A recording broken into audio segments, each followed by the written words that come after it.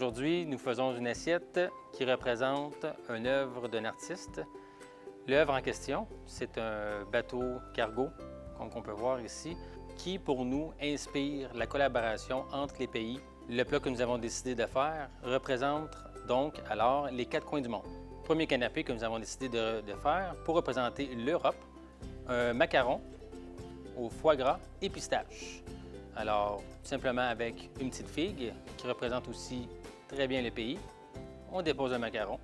Prochain canapé, représentant l'Australie, un pain damper, qui est donc un pain fait maison, avec une terrine de kangourou, puis finalement un petit confit d'oignon au brandy. Une petite pousse sur le dessus pour garnir. Ensuite, nous avons une représentation du Japon. Un petit peu de salade de wakame pour maintenir.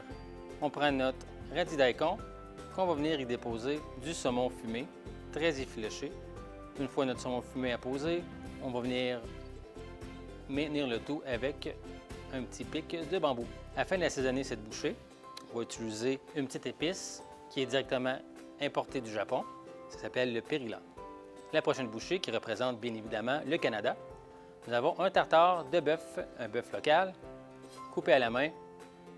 On y va avec l'assemblage, donc le bœuf, avec des capres hachés grossièrement, du champignon shiitake, du fromage calumet, un fromage local à la saveur de fumée, de la moutarde de Dijon au goût et bien évidemment, pour rehausser le tout, un petit peu de sauce piquante. On sel au poivre.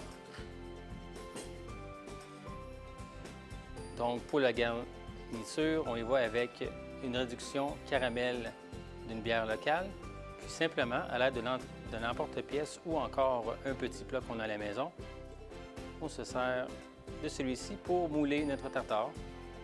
Un petit crouton maison qui complète le tout, puis finalement une garniture de votre choix, donc dans ce cas-ci des champignons enoki.